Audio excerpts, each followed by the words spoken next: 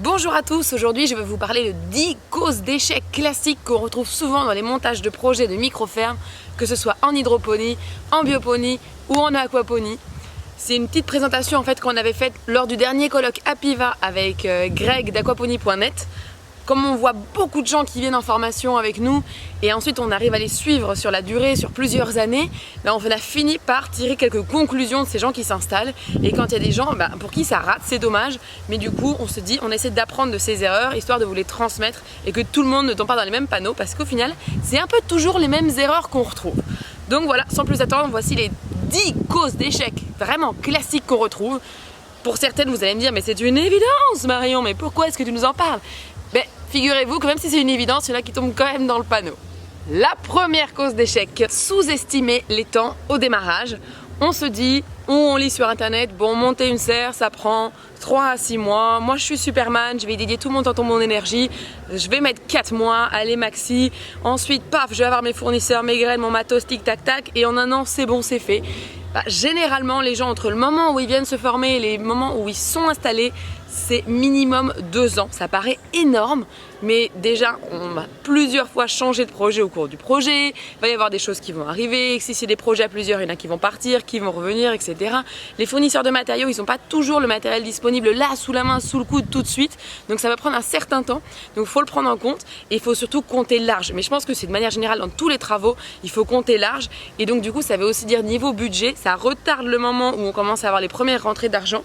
Et donc du coup, ça aussi, il faut l'estimer. Si on se dit, bon j'ai 1 an de chômage, ça va, je suis tranquille, les gars, faites attention et prévoyez bien une bonne petite marge de retard, un bon petit matelas, parce que c'est dommage d'avoir commencé le projet, de devoir tout ralentir parce qu'il faut reprendre un job à mi-temps. Deuxième point, se lancer seul. Les gars, je sais que vous êtes des warriors, vous m'épatez tous les jours avec vos skills, je me fais dévorer par les moustiques, mais il faut savoir que dans ce genre de projet, il faut être maraîcher, c'est sûr. Si vous faites de l'aquaponie, il faut être pisciculteur, c'est sûr. Mais il faut être aussi électricien, plombier, chimiste, biologiste, menuisier, charpentier, serriste, horticulteur, etc. Il faut énormément de métiers. Il faut être aussi juriste, comptable, il faut être directeur de marketing et de communication, il faut être community manager. C'est un métier mais qui est tellement complet. Enfin, je pense que c'est souvent le cas quand on monte sa propre entreprise. Mais donc, essayez dans la mesure du possible de ne pas vous lancer tout seul et d'être entouré si possible, soit d'associés, soit de famille, d'amis, de gens aux multiples talents. C'est le moment d'être très sympa avec tout le monde parce que vous allez demander des services mais vraiment à beaucoup de gens. Aussi moralement, c'est quelque chose qui est dur de monter un projet et c'est vrai que c'est bien des fois d'avoir une petite épaule sur laquelle pleurer ou alors surmonter un petit peu le moral ensemble, vivre les coups durs ensemble, fêter les réussites quand ça va bien et je vous le souhaite. Mais se lancer seul pour moi, c'est vraiment une cause d'échec parce qu'en fait on s'épuise et puis on se déprime. Il faut vraiment se dire que vous pouvez pas y arriver tout seul et que c'est normal et il faut pas hésiter à demander de l'aide. Troisième point, ne pas réinventer l'eau chaude. Alors on voit souvent des gens qui arrivent et qui ont plein d'idées, ce qui est absolument génial, mais qui veulent d'un coup refaire tout le système, par exemple le système d'irrigation, hydroponie, aquaponie, bioponie, sans jamais en avoir monté un qui marche. Moi je trouve ça génial et je pense vraiment qu'il faut faire preuve de beaucoup de créativité, surtout dans tout ce qui va être la démarche commerciale pour rentabiliser son projet, essayer de faire de la multi-activité, etc. Mais je pense que quand on commence, il faut y aller, il faut commencer par un système qui a déjà été prouvé et qui marche, parce que sinon déjà vous allez dépenser énormément de sous pour fabriquer quelque chose qui n'existe pas au lieu de passer par des systèmes professionnels et vous allez évidemment rencontrer plein de problèmes. Et il y en a beaucoup qui arrivent avec j'ai l'idée du siècle, je vais faire ça, et qui se dit mais pourquoi est-ce que ça n'a pas été déjà inventé? Et généralement pourquoi? C'est parce que ça fonctionne pas ou pas bien ou qu'il y a des inconvénients auxquels tu n'aurais pas pensé. Ce que je conseille d'habitude, c'est commencer par un système qui marche, qui a été prouvé, qui est déjà mis en place dans d'autres fermes et ensuite apporter des petites améliorations et une fois que vous serez bien sûr de vous, pourquoi pas construire tout un système de vous-même. Comme je le dis souvent, c'est une industrie qui est quand même assez nouvelle et il y a encore beaucoup de choses à inventer. Il ne faut pas hésiter, mais quand c'est votre premier projet, allez sur un truc un peu sûr quoi. Parce que sinon vous allez dépenser tous vos sous et toute votre belle énergie. Et l'énergie du début, c'est quand même une énergie qui est assez unique.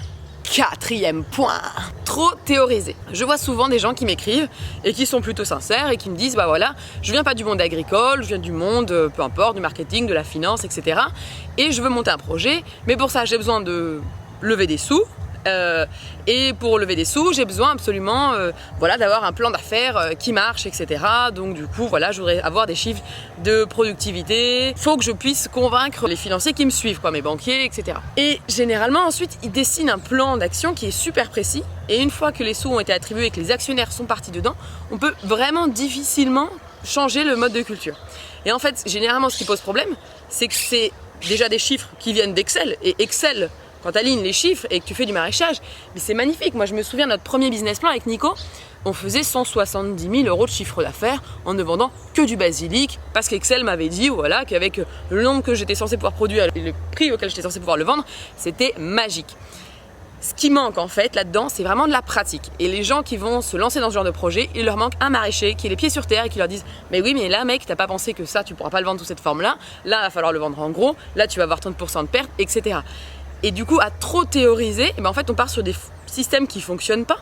C'est des gens qui vont lever des sous, qui vont en plus devoir communiquer un max à la demande de leurs actionnaires et qui vont avoir un projet qui derrière se foire, et donc ça fait de la très mauvaise communication pour tout ce qui est microferme, hydro, bio ou aquaponique, et c'est vraiment dommage parce que c'est derrière des projets qui sont bancals. Après ça, ces gens, on les retrouve plus tard en formation, ils ont enfin embauché quelqu'un, généralement ils embauchent toujours pas un maraîcher, ils vont embaucher un ingé agro qui est certes très intelligent, qui a fait une belle école, etc., mais qui n'a pas forcément beaucoup d'expérience, et qui va venir nous voir en nous disant oui mais nous on avait prévu ça, et nous là vous aviez juste mal prévu, donc du coup on refait le plan avec eux, etc.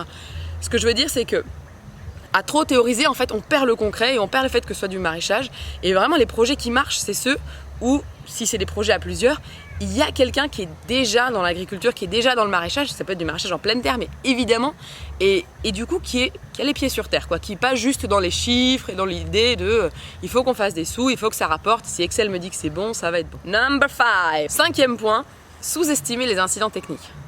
Ça peut être une évidence, mais des incidents techniques, on en a à l'appel tous les ans, tout le temps, de moins en moins on va dire avec le temps, mais ça arrive et en fait c'est souvent des choses qui sont prévisibles. Les trucs de manière générale, c'est on joue avec de l'eau, on joue avec de l'électricité, il y a des fuites, il y a des coupures de courant, c'est genre les deux trucs de base. Donc avant même d'avoir sa ferme en fonctionnement, on réfléchit en amont à se dire qu'est-ce qui va se passer quand je perdrai tout l'eau de mon réservoir ? Quel est le plan B? Parce que moi je serai pas là, je serai en week-end, parce qu'évidemment ça arrive toujours quand on part. Et qu'est-ce qui va se passer quand j'aurai une panne d'électricité? Et ça c'est vraiment les trucs qui arrivent tout le temps. Donc il faut en amont le prévoir, voilà, d'avoir un groupe électrogène ou d'avoir des systèmes de remplissage automatique ou de prévoir que, je sais pas moi, une voisine qui vit à côté, dès que vous partez, vous la prévenez, vous la briefez. Enfin on a vu vraiment des projets assez gros en plus. Et à cause d'une panne de courant, personne ne vient pendant un week-end et le lundi, tout est mort, toute la production est perdue.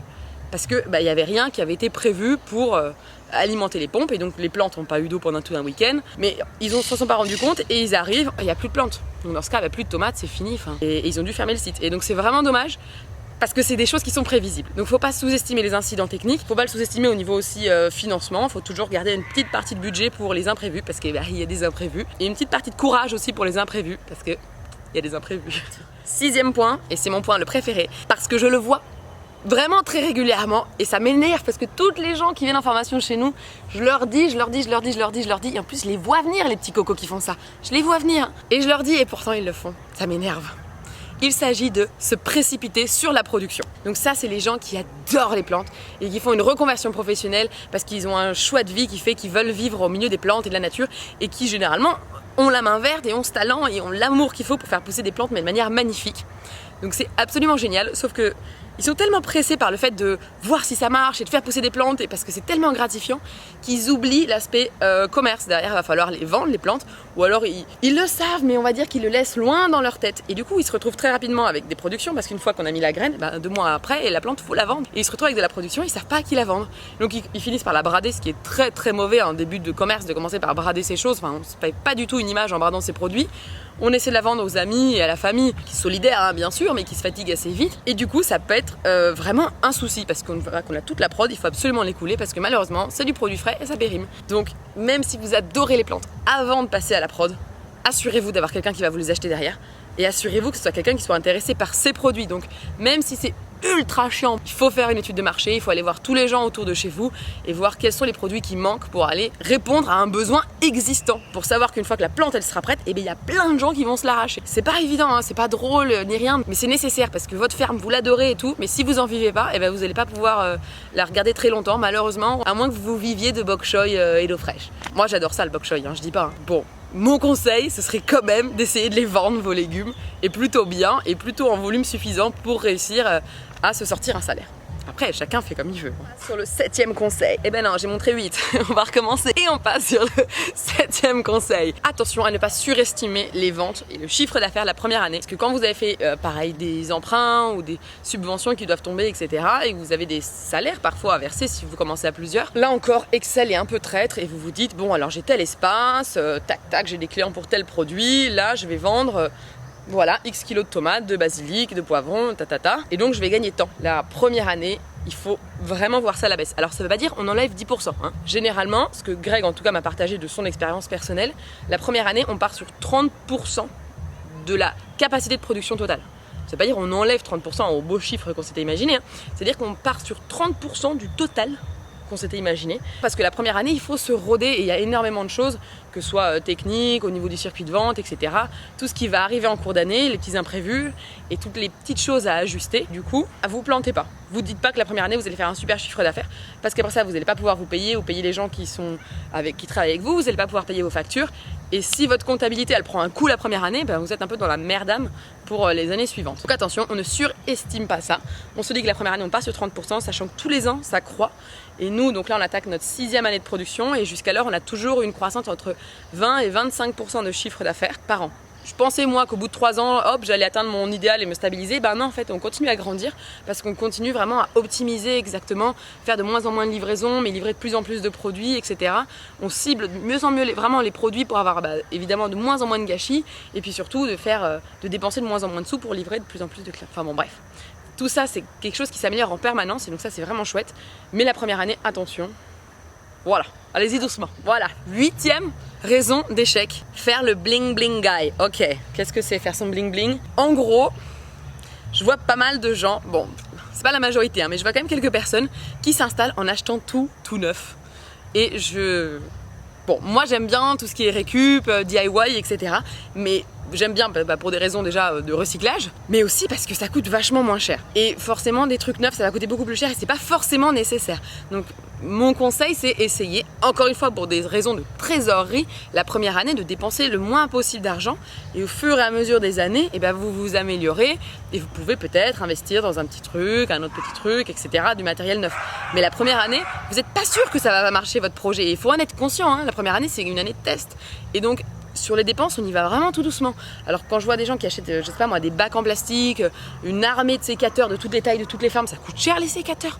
Vous n'avez pas besoin d'avoir des sécateurs de toutes les formes non plus. Vous prenez 2 sécateurs et puis voilà, vous tournez, vous les entretenez bien et puis c'est bon, ils vous feront 1 année, 2 années.